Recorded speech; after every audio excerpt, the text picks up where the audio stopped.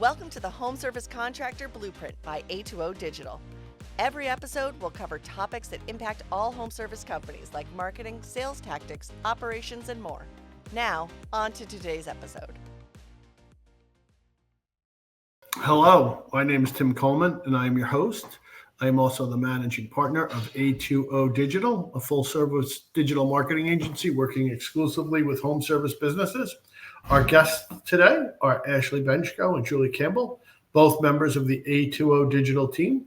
Ashley has been working in digital marketing since 2008, and Julie since 2015.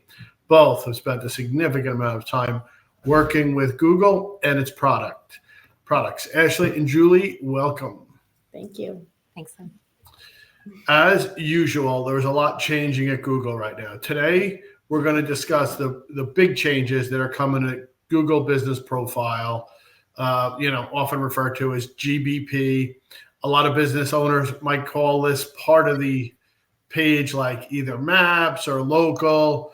My guests today have been working with businesses as they are experiencing some of the changes that are already occurring and are currently working to prepare for a big change coming for suspended listings that once they get suspended, they need to get reinstated. And that's kind of a process in its own.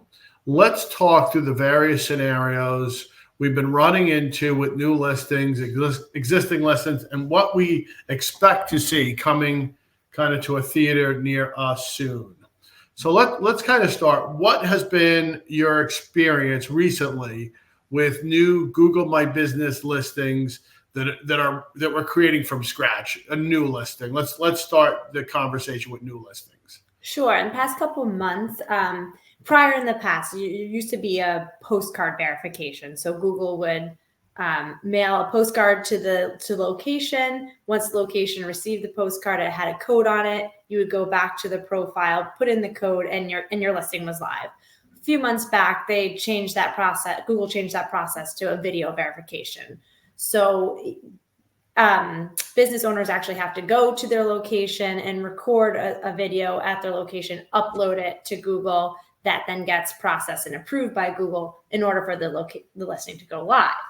Now, with any new process, it's often written. So let me interrupt here, Julie. So you're saying the end of the famous postcard has come? It's over? We work with home service businesses, so I'm not positive that that's definitely the case 100% for every business category out there. For as far as home services and the industry that we work with, It has been 100% video verifications. Okay, so the industries, home services we've been working with, somebody should play taps for the postcard or something. I don't know, like that's an end of an era.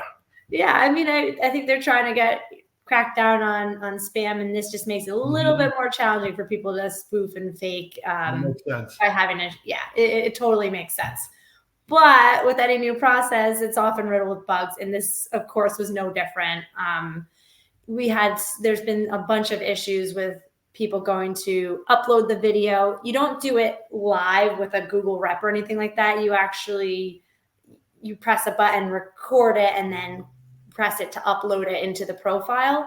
And we've had run into issues where the video wouldn't upload properly. And then once it is uploaded, it would go into a processing phase and kind of be stuck in this processing phase and then revert back and make you start all over again. Then you'd go to do it a second time and it'd get stuck in processing again. And in some cases, been stuck in the processing phase for days. And then the business owner is wondering, do I need to make this recording again, or where are we with this process? So it's been a buggy process. It's a frustrating process for very busy business owners to have to do this multiple times. Recently, some product experts have been posting that a lot of these video bugs have been fixed. So there's been acknowledgement that it has been an issue. There are known bugs, and they're working on that. The last one that our agency has done, the video went through very smoothly with zero issues. So I'm hoping this is the end of those types of bugs.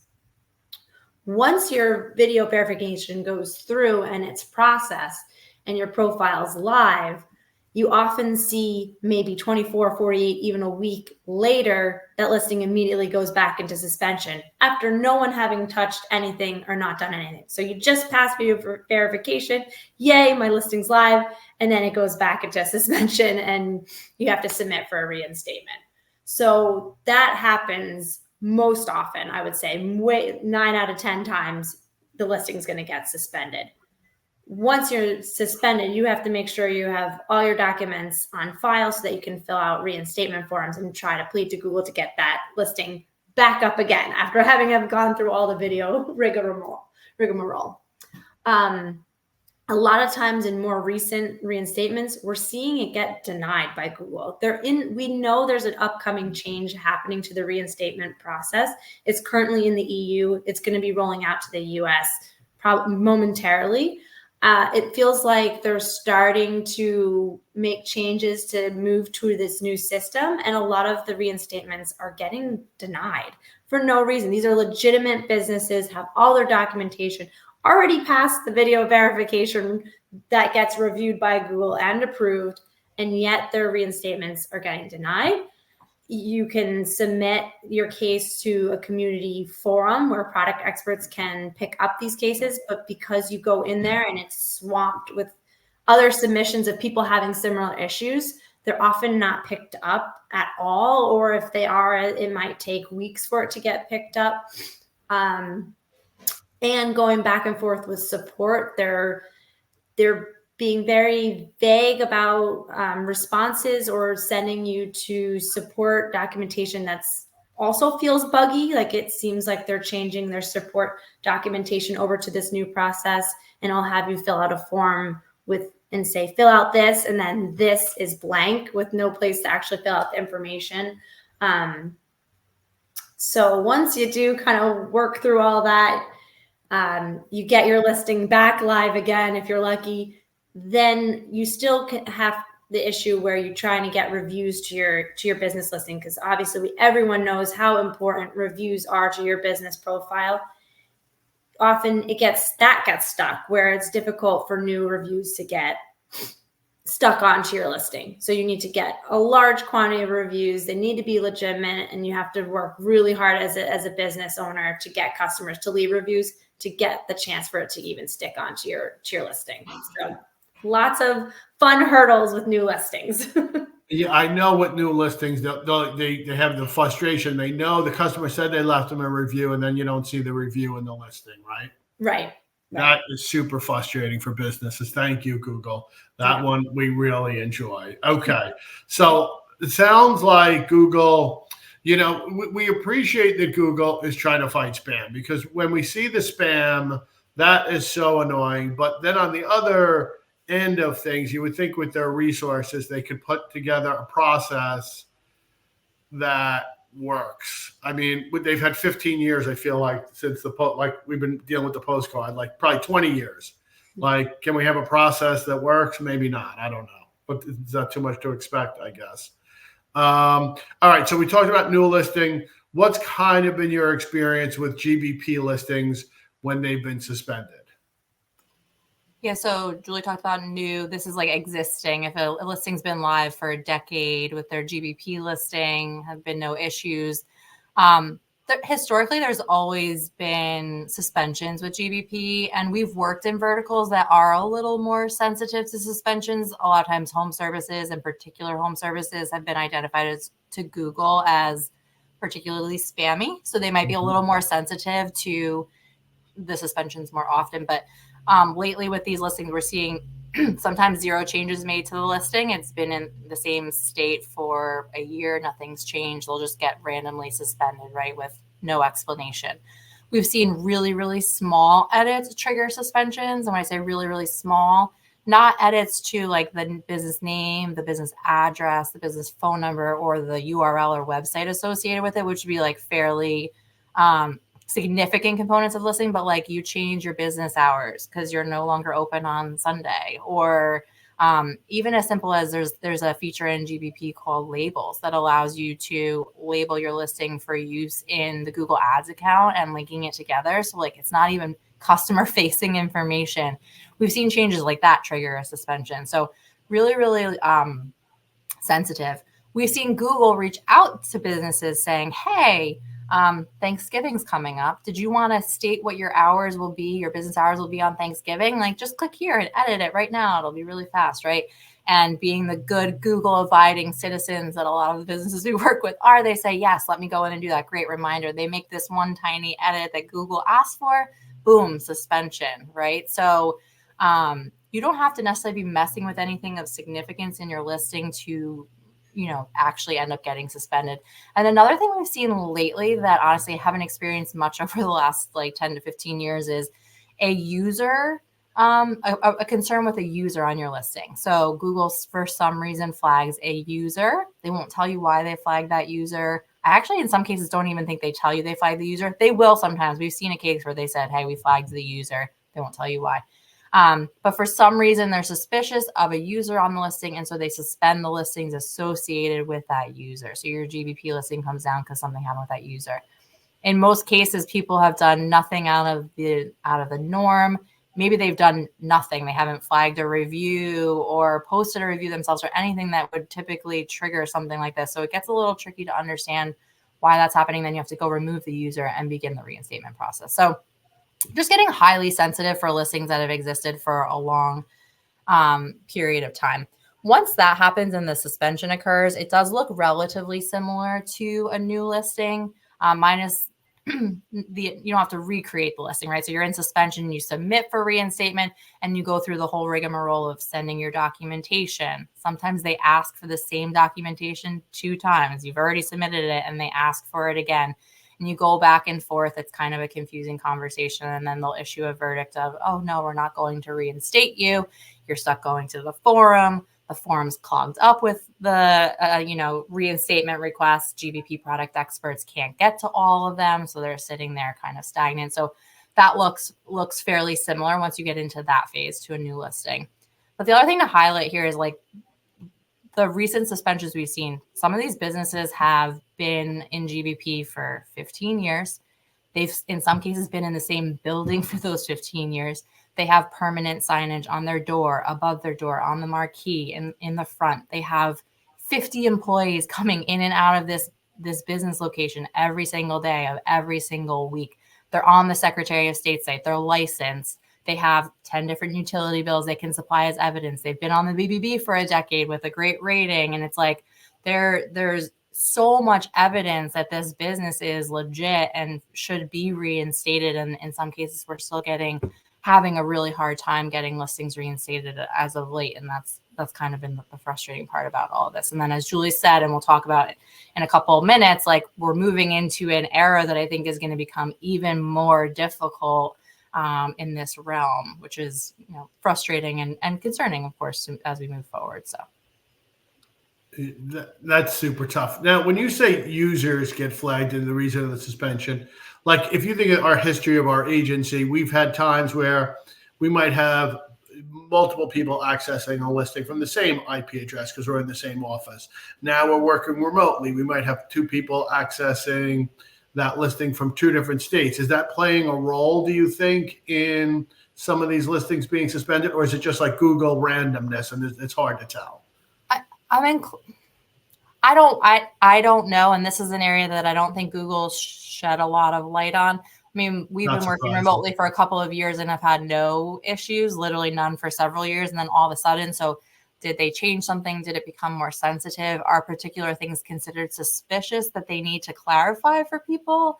A lot of business owners we work with don't spend a lot of time on the internet, even in their login. And so if their login is one that's flagged, it's unusual because they're not doing much with that login, being honest. Some of them are they don't even want to be a user because they're like that. Don't trust me with that kind. Don't trust me with that kind of, responsibility. Yeah. So I think it is hard to know. I know if you're international, you're not normally international, you're international. I've heard that can be an issue, but I mean, we've been working in all different states without a problem for 3 years, and all of a sudden there's been a kind of an uptick in what's in the behavior there as far as the Google flagging or being suspicious. So Google, it feels casual in the manner in which Google can just make a decision to suspend the listing. What impact might that have on a business, and for how long Google just casually suspending their listing? Yeah, it goes way beyond just the obvious that, you're missing the call volume, the awesome call volume that you get from your Maps listing, and also the visits to your websites that you would normally get from your Maps listing, because the Maps listing is no longer visible to potential customers. Beyond that, the Maps listing is connected, your GBP profile is connected, in addition to just the Maps listing, it's connected to your local service ads in the home service business. So we're fairly confident, we know for sure that part of the ranking factors for LSA is number of reviews and your reputation associated with your Maps listing that's connected to your LSA profile. Mm-hmm. So if you go down, that gets disconnected from your LSA listing. So now you're at a serious disadvantage amongst your competition in a very prominent paid advertising source. So that's a big disadvantage when you get suspended. Additionally, in regular Google PPC ads, there's a location extension that often can show your business location with a typical PPC Google ad. If you get suspended, that location asset is no longer available to you. So that's another disadvantage amongst your competition and for potential customers. Obviously, it hurts your branding efforts because it's in the Maps section. It's such a visible section of the SERP. So now there's other ways, obviously, people can find you when doing branded searches, but a big chunk of that is gone. It's more difficult to collect feedback from current customers because you no longer have a place for people to leave reviews on an ongoing basis. And years and years and years of reviews that you have collected over time are gone.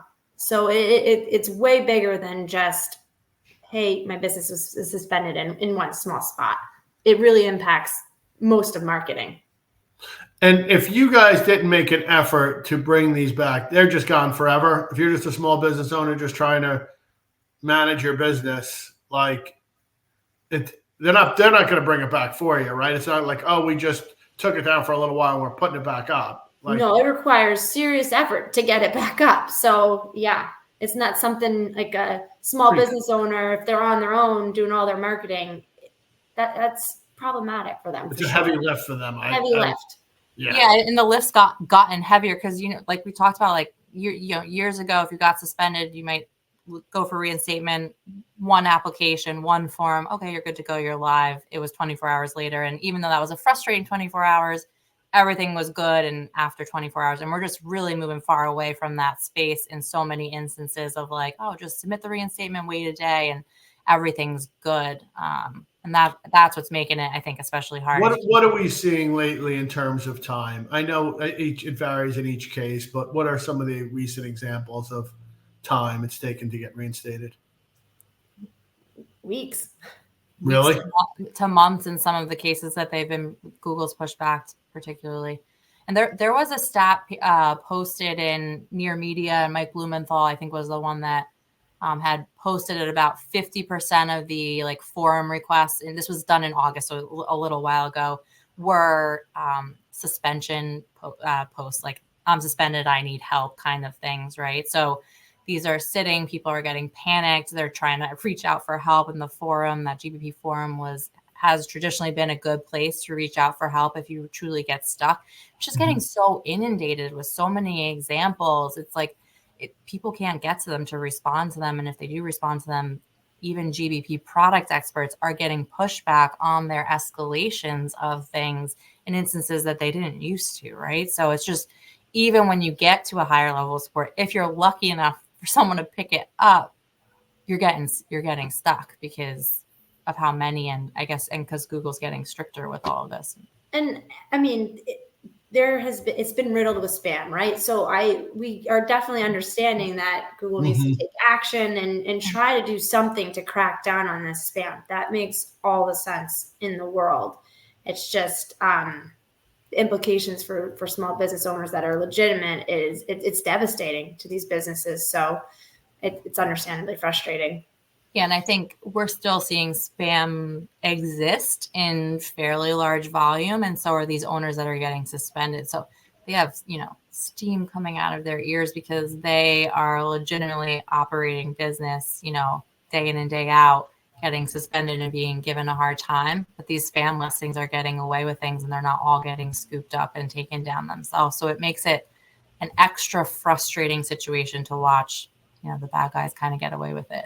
The good guys getting locked up here. So it is frustrating. I know. And I know that Europe is going through a newly introduced reinstatement process for this, for GBP. The rumor mill has it this is coming to the U.S. soon, right? This is going to be our future. So what do we know about this so far, and how are you guys feeling about this? Feeling super excited. We're not feeling excited about this. Actually, I don't know that anyone is feeling excited about this. Actually, as Julie and I were talking about this podcast earlier this week and just getting ready to do it, things changed again this week as far as what's known about this process and what it looks like currently in the EU and what people are experiencing. So we know for sure we have no idea exactly what it'll look like in the US, but we're going to try and base it off of what's happening in the EU because that's what we have as far as information. EU rules and regulations are stricter, so there certainly could be some differences because policies are just different between like the countries involved. But I think at a high level, they are aiming to give people fewer chances to submit for reinstatements or make arguments for reinstatements. The most recent thing said they'll decide if you're eligible for reinstatement or not, which implies you may not even be given a single chance to request reinstatement.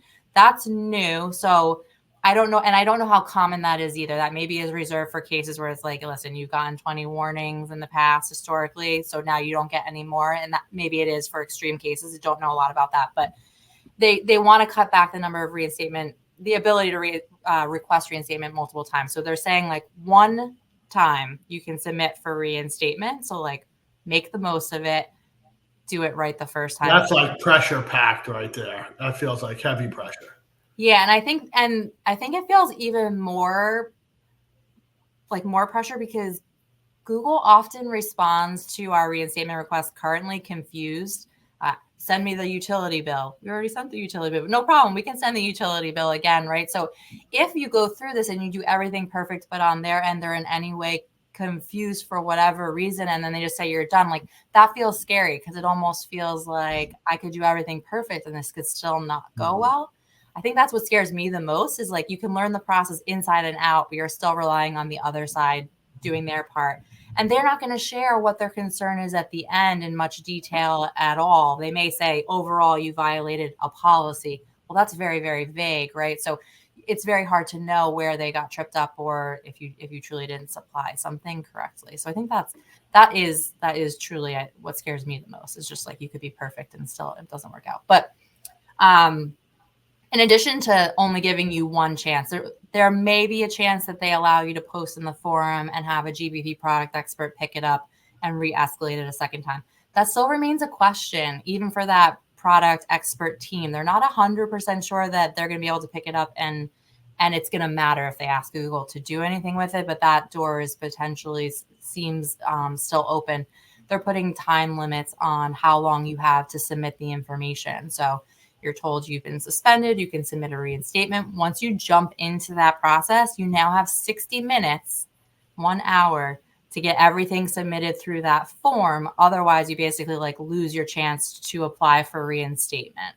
So, 60 minutes is a long time, but if you get in there and you say, oh, shoot, there's 4 documents and I only have 2 of them, it's going to feel really short trying to gather 2 more documents that they're asking for, in this request in that 60 minutes. So, coming in 100% prepared with what you need is going to be extremely, extremely important. In fact, you should have what you're going to need for a suspension before you ever get suspended and just hope you never need to use it, right? That's going to include things like a license if it's required, and not all states require licenses for every vertical, but some do. So you would have to have that. Your business registration information, right? Tax documents, they don't state a lot more about what that means. It says tax documents. I feel like that is fairly vague, but you'll need tax documents, utility bills. And there's a bunch of different utility bills that are acceptable, but utility bill would be included. BBB, Jewel, was that on the list, or was that one that we have prepared because we know that they'll look at it? I actually am now drawing a blank on if it was specifically listed. It's not specifically listed on the form. We just know from his experience, experience BBB. and yeah. Yeah. And then with all the proof that you do provide, the business name and the business address are supposed to match exactly what's in your GBP listing. I think this gets tricky because sometimes, like we know our experience with different states is that the license has like the entity name, but not the DBA. And then the DBA is what's listed in the GBP listing, that doing business as name, because that's how they're known to like the public. And now there's this discrepancy between the two documents.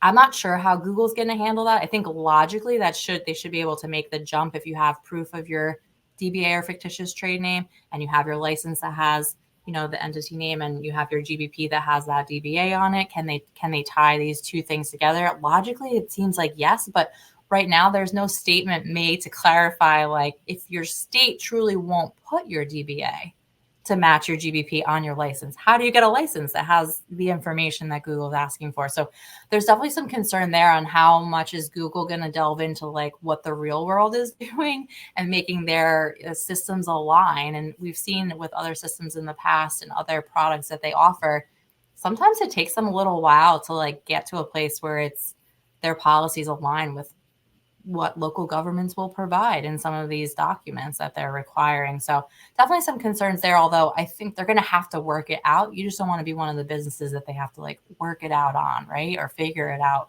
through or for. And that makes this process a bit scary too. So other things with this process, they're going to give a tiny bit more transparency as to why you were suspended.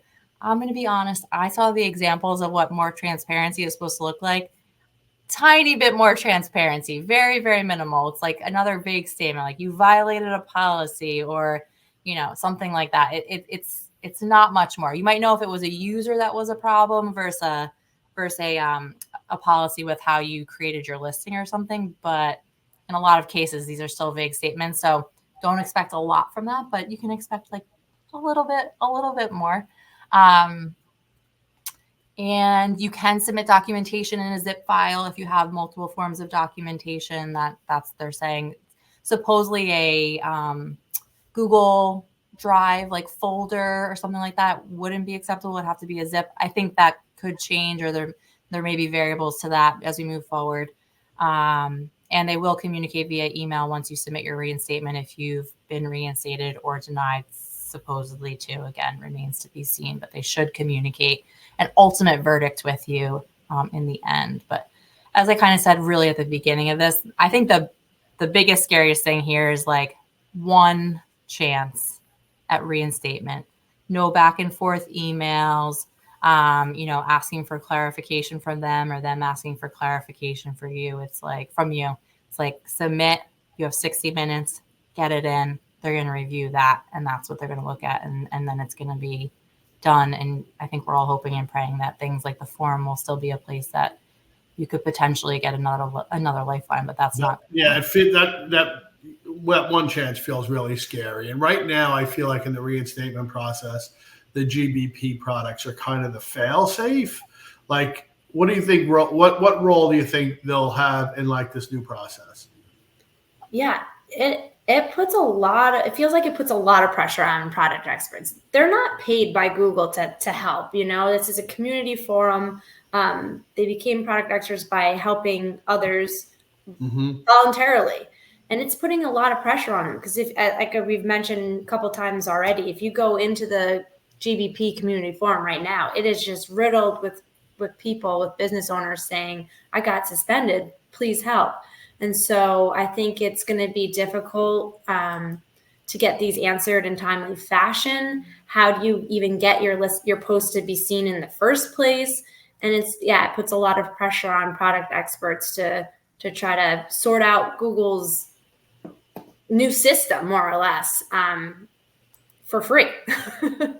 And be beyond just the product experts, like we've already talked about. It just is so discouraging that it's becoming so difficult for legitimate businesses to pass all these hurdles, yet spam is still rampant, clearly. I mean, the newest trick we've seen in the past month or so is there's small businesses their GBP listings are getting hijacked. Say it's a monastery in Greece.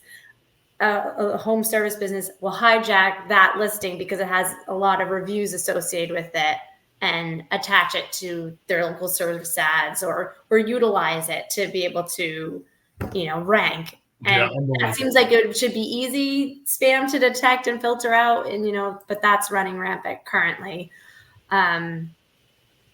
Owners they're afraid to touch. Everyone's afraid to touch listings right now with the chance that it's going to get suspended. So you're not able to fully optimize and maximize all the features that are available and that you're often encouraged by Google to do. So again, I think it's going to be even more challenging for product experts to pick up on a lot of these cases. Yeah, it's tough. So it feels like we're kind of in this waiting period for the new process to kind of roll out in the United States. What can businesses do during this time to sort of prepare?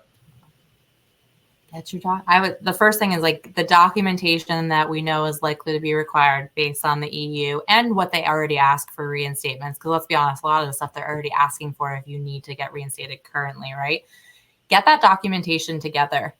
It's been our experience that it sounds simple, like, oh, I just need these documents that I have for my business. And then you go to track them down and they're hard to find, or you need to request a copy be sent to you. And some places put it online, but not all places put it online. And then you realize, oh, it has the wrong address. I didn't update that properly, or, whatever, any number of things. So like now's the time to work through that. Go track down your documentation, make sure it's populated accurately with correct information. I know that DBA and entity thing is still tricky. So as much as you can get ready and prepared, get it. Make sure you do have utility bills and you know where to find them. A lot of times using a recent utility bill is best practice. So you don't want to use one from like 2019 and and submit it in 2023. So make sure you have like recent versions of that. Your tax documentation, again, what specific document are they looking for? There's a bunch. My guess would be something related to your EIN, your business tax ID number is probably part of that. They've used that in other products.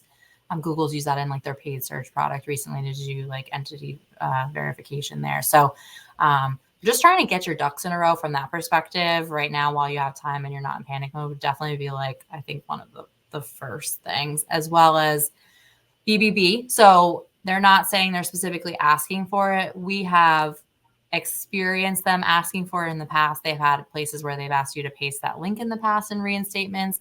They do seem to rely on the BBB as a source of information. However, they're using that behind the scenes. So if you're not listed in the BBB and you want to just try and get everything as clean as you can, it does require payment to be listed on the BBB with an accreditation, but it might be worth it because your GBP listing being suspended for any period of time can put a huge dent in revenue. So getting your BBB listing set up if you don't have it already. Permanent signage. We talked about this before.